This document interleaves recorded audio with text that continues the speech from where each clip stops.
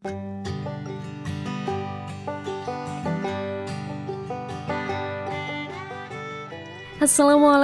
warahmatullahi wabarakatuh. Halo teman-teman anime lovers, domo minasang. Welcome back to my field. Pada kesempatan kali ini, yuk kita simak alur cerita dari film anime yang berjudul Whisper of the Heart, karya Aoi Hiragi, yang kemudian diadaptasi menjadi film animasi Studio Ghibli yang rilis di tahun 1995.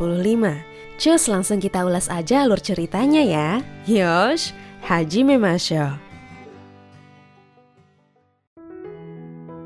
Mukashi, di kota baru Tama yang Subarashi, hidup seorang siswi SMP berusia 14 tahun, memiliki kecintaan yang mendalam pada buku dan syair. Imajinasinya adalah sumber inspirasi tiada akhir. Saat ini, tengah mencari warna-warna esensi diri yang ingin dia ukir. Ia bernama Tsukishima Shizuku. Shizuku hidup bersama keluarganya, tinggal di apartemen sederhana yang dipenuhi buku-buku di setiap sudut ruangan. Ayahnya adalah seorang pustakawan yang setia pada dunia literasi. Sedangkan sang ibu dengan semangat membara terus mengejar ilmu di bangku pasca sarjana. Sementara kakaknya adalah seorang mahasiswi yang tangguh dan mandiri. Di suatu malam, saat Shizuku lagi asyiknya baca buku, tiba-tiba ayah nyeletuk kalau besok perpus lagi riweh gara-gara sistem barcode baru. Shizuku kurang srek sih, soalnya dia lebih demen cara lama, pakai kartu buku. Lalu tiba-tiba kepikiran buat iseng ngecek kartu peminjaman di buku-buku yang lagi dia baca. Shizuku baru ngeh, ada nemu pola unik. Di setiap buku yang udah dia baca, pasti nongol duluan nama Amasawa Seiji sebelum namanya sendiri. Shizuku jadi kepo banget dong. Si Amasawa Seiji ini orangnya kayak apa ya? Gitu. Semacam ngefans tipis-tipis. Asik.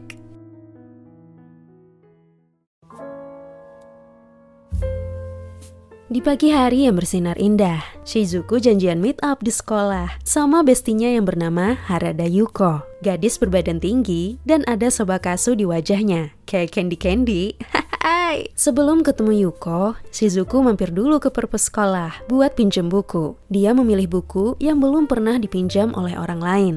Dengan kata lain, belum ada nama Amasawa Seiji di kartu bukunya. Meskipun demikian, shockingly, ternyata buku itu ada stempel bernama Amasawa, sang donatur buku tersebut. Kemana-mana ada nama Amasawa ya.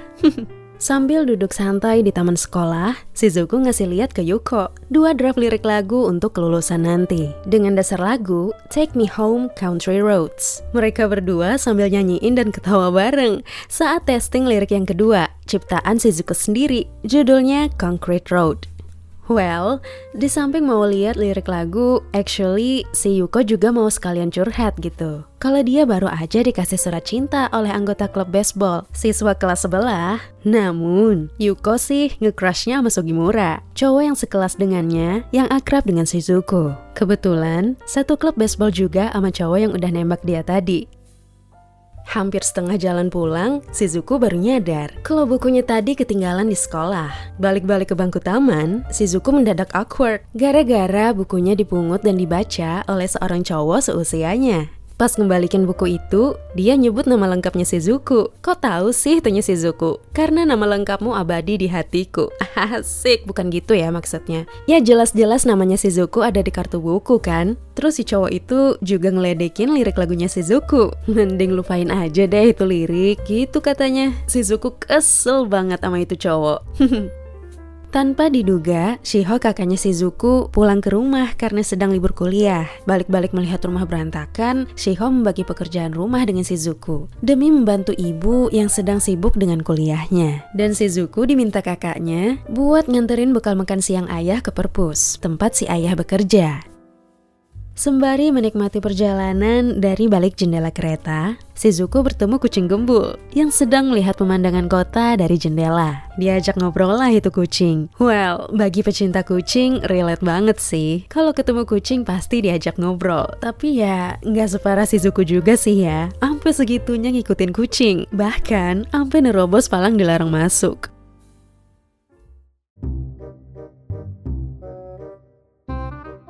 Rasa kepo Shizuku pada kucing misterius ini membawanya menyusuri gang asing sampai nyasar. Kekesalannya memuncak saat melihat kucing itu ngejahilin seekor anjing. Shizuku be like, jangan-jangan aku juga dikerjain nih, gitu. Di tengah kebingungannya, Shizuku menemukan Atelier Chikyoya, toko barang antik milik sang kakek yang bernama Nishishiro. Matanya Shizuku terpikat langsung pada patung kucing bernama Baron dan jam kuno yang menyimpan legenda cinta. Keasyikan sampai lupa waktu, Shizuku buru-buru menuju perpustakaan. Setelah diberitahu jalan pintas oleh sang kakek, Shizuku ngerasa kalau dia telah menemukan tempat magic untuk petualangan baru. Sesampainya di depan perpus, surprisingly, si cowok rese tiba-tiba nongol nih. Manggil-manggil nama lengkapnya Shizuku, sambil balikin kotak makannya yang ketinggalan. Shizuku sampai kebingungan tuh. Lagi-lagi kok bisa tahu gitu kalau kotak bekalnya ketinggalan di toko kakek. Dan itu cowok bawa si kucing gembul. Terus langsung cabut sambil nyanyiin lagu ciptaan Shizuku. Auto bikin bad mood deh asli.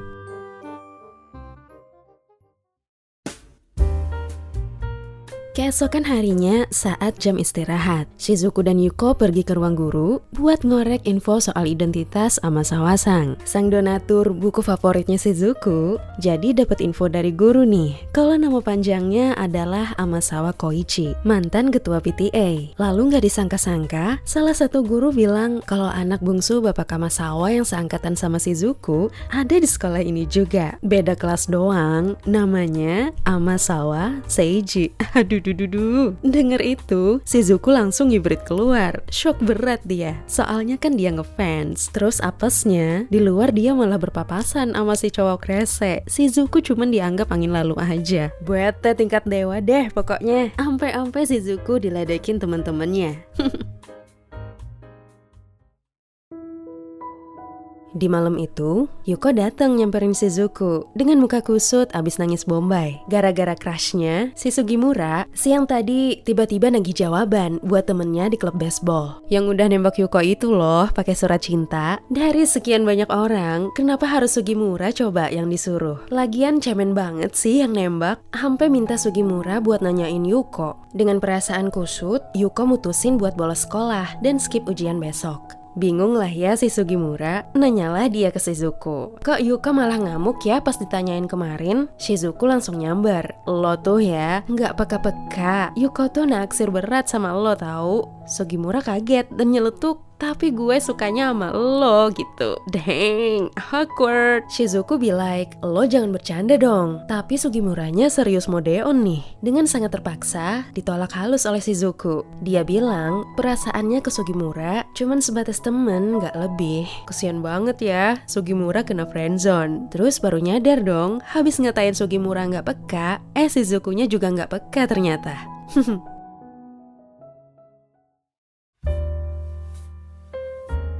Dengan suasana hati yang campur aduk, Shizuku pun balik berkunjung ke Chikyoya. Dan lagi-lagi pintunya terkunci, sama seperti terakhir kali dia berkunjung.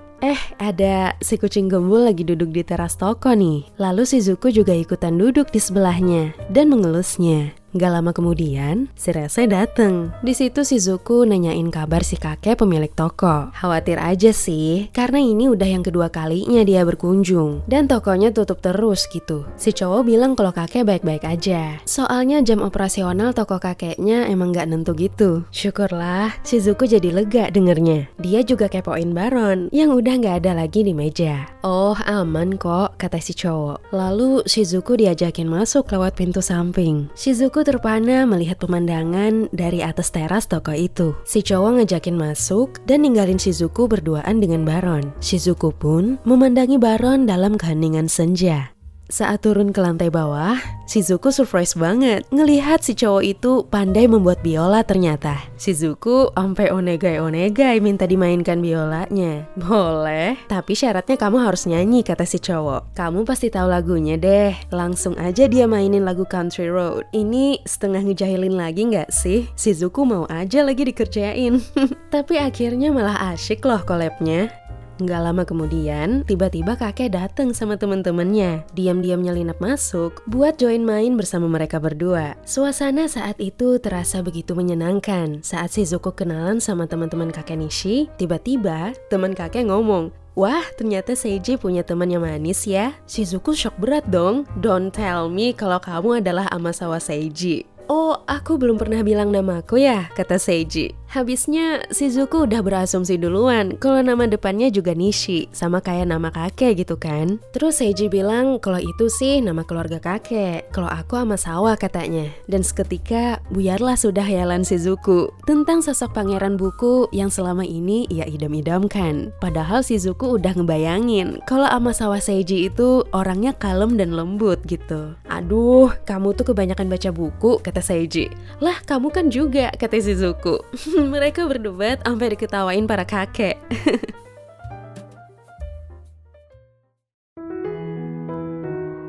Di perjalanan pulang bareng dengan Seiji. Di sana Shizuku memuji bakatnya Seiji dalam bermain biola. Kamu ada kepikiran gak sih buat seriusin ini ke depannya? Tanya Shizuku gitu kan. Seiji sendiri sebenarnya pengen jadi pengrajin biola. Ada sebuah sekolah di Italia yang jadi incerannya setelah lulus SMP nanti. Lebih tepatnya di kota Cremona, sebuah kota tua, gudangnya pengrajin biola. Dan Seiji bilang kalau dia sering berdebat dengan keluarganya yang menentang dia buat pergi ke Italia. Cuman kakeknya aja yang ngedukung Seiji buat pergi. Shizuku rada iri nih sama Seiji yang udah tahu apa planning dia ke depan. Sedangkan dia sendiri aja masih belum tahu apa rencana dia untuk masa depannya nanti. Saat mau bubar menuju rumah masing-masing, Seiji ngomong kalau Shizuku punya bakat jadi penulis. Dan dia juga memuji lirik karya Shizuku sendiri. Langsung sewot dong Shizuku, bukannya kamu yang nyuruh aku buat nyerah aja buat nerusin itu lirik? Anehnya, Seiji semacam amnesia dadakan soal omongannya itu. Mungkin dia gak ada maksud apa-apa, cuman seru aja ngeledekin Shizuku.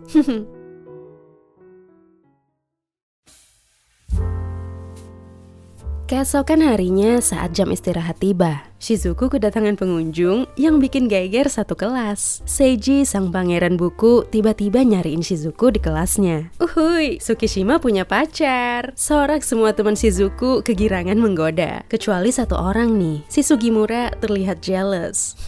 Sedih. Karena semuanya pada nguping pembicaraan mereka berdua, Shizuku terpaksa ngajak Seiji ke rooftop sekolah, biar private ngomongnya. Seiji bilang dia pengennya Shizuku jadi orang pertama yang tahu kalau dia bentar lagi mau berangkat ke Italia. Orang tuanya Seiji akhirnya setuju dia pergi. Tapi ada tapinya nih, dia harus magang dulu 2 bulan di studio milik teman kakeknya yang disiplin abis. Nah, beliau inilah yang nanti bakal nentuin Seiji ini berbakat atau enggak gitu.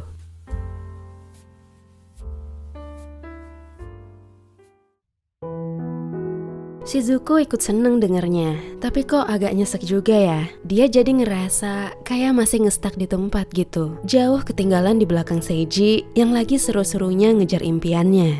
Shizuku bilang kalau dia sih berharapnya bisa masuk ke SMA yang sama dengan Seiji. Aduh, aku mikirin apa coba? Shizuku ngomong sambil ketawa bercanda. Lalu si Seiji serius mode on nih. Dia akhirnya mengakui kalau dia sebenarnya udah dari lama lihat nama Shizuku di kartu buku. Dia juga sering berpapasan, bahkan duduk di samping Shizuku waktu di perpus. Dia membaca semua jenis buku supaya nama dia di kartu buku bisa dinotis oleh Shizuku. What? Shizuku sampai speechless. Kata Seiji, dia akan menyanyikan lagunya Shizuku di Italia nanti buat nyemangatin diri dia sendiri. Aku juga, kata Shizuku. Asik. Di sini be like mereka berdua secara nggak langsung saling mengakui perasaan masing-masing. Di momen itu, Shizuku mergokin dan ngejar teman-temannya yang udah ngepoin mereka berdua. Lalu tiba-tiba terhenti sejenak dan diam-diam ngehapus air matanya. Sedih mau ditinggalin Seiji. Di malam itu, Shizuku pergi ke rumah Yuko buat curhat. Kepergian Seiji selama 10 tahun setelah lulus nanti membuatnya putus asa. Yuko cerita nih, kalau temennya Kinuyo pernah sekelas dengan Seiji. Seiji itu terkenal dingin orangnya, tapi good looking dan smart. Diceritain begituan, yang ada Shizuku justru merasa minder lah. Lalu Yuko ngingetin akan ungkapan perasaan Seiji ke Shizuku gitu kan. Tapi Shizuku belum yakin juga sih. Si Yuko nyaranin agar Shizuku Shizuku menikmati hubungan tanpa harus terbebani masa depan. Namun, Shizuku ngerasa nggak pantas aja, hanya nyemangatin Seiji yang begitu ambisius tanpa ikut berjuang juga. Yuko pun menyinggung soal Shizuku yang memiliki bakat dalam menulis. Lalu Shizuku teringat saat Seiji memuji karya ciptaannya. Dia pun mulai terinspirasi nih dan membulatkan tekad untuk menulis cerita. Jika Seiji ingin menguji bakatnya, ia pun akan melakukan hal yang sama. Semangat Shizuku kembali bersemi setelah berbagi hati dengan Yuko.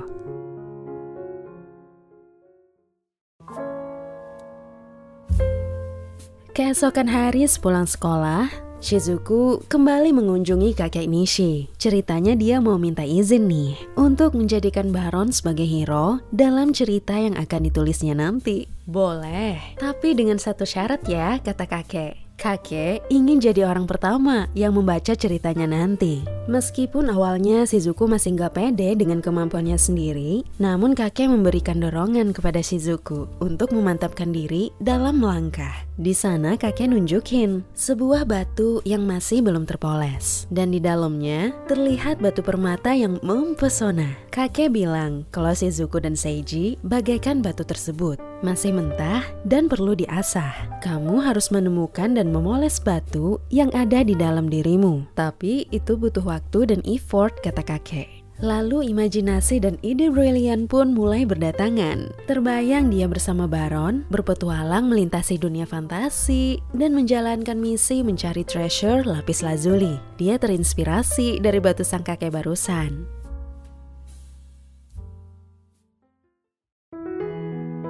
Sehabis dari toko kakek, Shizuku langsung cus aja ke perpus buat nyari referensi. Si ayah keheranan lihat Shizuku. Tumben nyari buku di section non-fiksi gitu. Shizuku lagi nyari literasi tentang pemahat biola dan batu-batu lapis lazuli untuk dijadiin bahan ceritanya nanti. Saking fokusnya, Shizuku sampai nggak nyadar ada Seiji duduk di hadapannya. Kirain udah pergi ke Itali kan? Ternyata dia baru berangkatnya besok pagi. Seiji pun nungguin Shizuku sampai selesai untuk bisa pulang bareng dan sekalian pamit untuk pergi.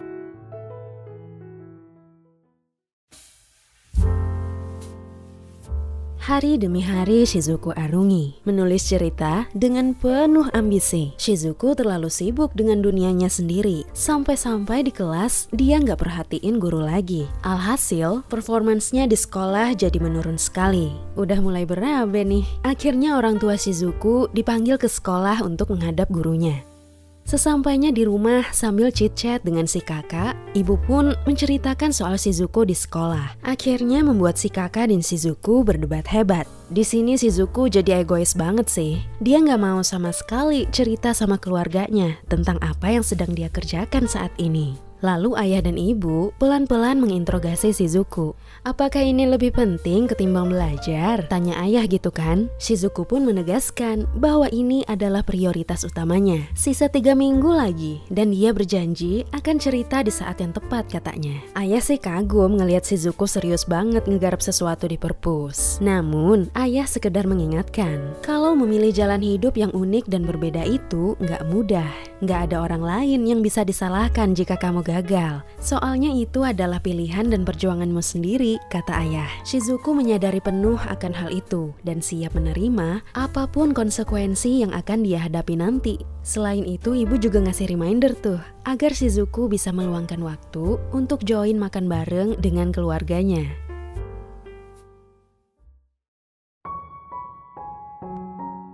Minggu demi minggu berlalu, akhirnya Shizuku berhasil menyelesaikan bukunya. Sesuai perjanjian di awal, bukunya langsung diserahin ke kakek Nishi sebagai pembaca pertama. Shizuku memohon kepada kakek untuk membacanya saat itu juga. Seberapa lama pun, dia akan menunggu kakek sampai selesai. Shizuku menunggu di lantai bawah dan terpaku pada sudut ruang di mana Seiji biasa mengukir biolanya. Rindunya pun terasa tak terbendungkan saat membayangkan kehadiran Seiji di sana. Beberapa lama kemudian, selesai membaca bukunya Shizuku, kakek bilang terima kasih dan memuji karya Shizuku. Shizuku merasa nggak pantas buat dipuji. Dia maunya kakek ngasih kritik apapun kekurangannya. Kakek bilang kalau ceritanya memang belum sempurna, masih tumpul dan belum rampung. Persis seperti biolanya Seiji, kata kakek. Tapi, kamu udah berhasil menunjukkan bakat yang tertidur dalam dirimu. Di sana pun, Shizuku udah nggak bisa lagi menahan tangisannya. Dia udah takut banget bakal ketinggalan dari Seiji. Namun pada akhirnya, Shizuku pun menemukan bakatnya, menuntunnya pada visi masa depan yang terarah.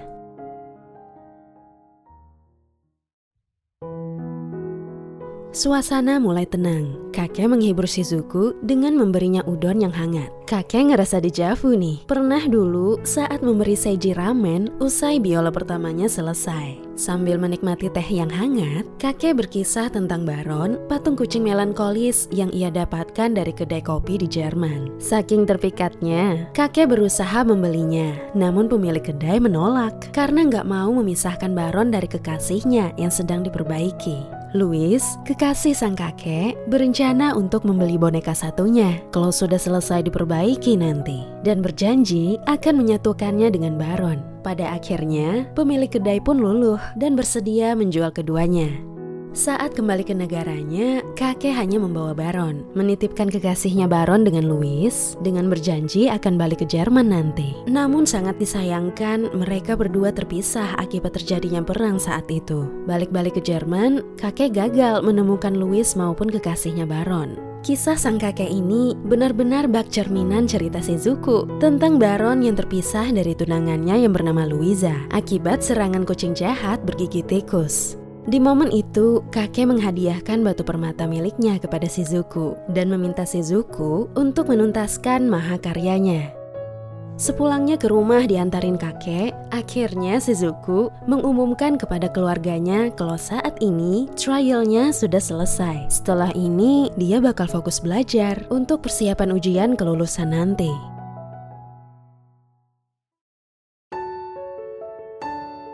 Dalam keheningan fajar membangunkan Shizuku dari alam mimpinya. Saat jendela dibuka, sebuah kejutan manis menghampirinya. Seiji yang terkasih hadir di depan matanya. Padahal Seiji cuma manggil Shizuku dalam hati. Shizuku gitu. Tanpa diduga, ternyata Shizukunya nongol. Kita berdua emang kompak ya, kata Seiji. Asik. Seiji pun bergegas membonceng Shizuku menuju ke spot rahasia favoritnya. Di sana mereka berdua menikmati keindahan matahari terbit yang menyinari lautan kabut. Seiji bilang kalau dia baru tahu dari kakek tentang apa yang sudah dilalui Shizuku tanpa Seiji menemaninya. Seiji ngerasa bersalah kan? Namun Shizuku sebaliknya. Dia malah seneng dia udah nge-push dirinya dan menemukan jalannya demi berjuang bersama Seiji. Di momen bahagia ini, tanpa diduga, Seiji tiba-tiba meminta Shizuku untuk menunggunya dan menikah dengannya kelak. So sweet banget ya. Walau belum bisa mastiin berapa lamanya, tapi dia berjanji akan berjuang menjadi pembuat biola yang profesional. Dengan anggukan yang penuh kasih, Shizuku menyambut Seiji dengan kebahagiaan tanpa batas. Di bawah pancaran mentari pagi yang semakin menghangat, janji cinta Shizuku dan Seiji terukir dengan indah. Happy ending. Sekian alur cerita dari film anime Ghibli, Whisper of the Heart. Ceritanya menginspirasi banget ya. Meskipun interaksi di awal pertemuan terkesan menyebalkan, namun seiring berjalannya waktu, terjalin koneksi batin yang kuat di antara Shizuku dan Seiji. Saling memahami dan merasa terhubung pada tingkat yang lebih dalam. Dan juga memiliki kesamaan nilai dan visi hidup. Hubungan mereka itu bikin mereka makin bertumbuh loh. Malah mereka saling support buat ngejar passion masing-masing. Meskipun kadang harus LDR-an bentar. Karena di setiap hubungan pasti ada pengorbanan. Kalau kalian penasaran dengan alur cerita film anime selanjutnya, tetap pantengin terus channel ini ya. Jangan lupa ramein comment section di bawah biar Farmin tambah semangat upload videonya. Sampai jumpa di video selanjutnya ya teman. Mata yoroshiku onegaishimasu. Assalamualaikum.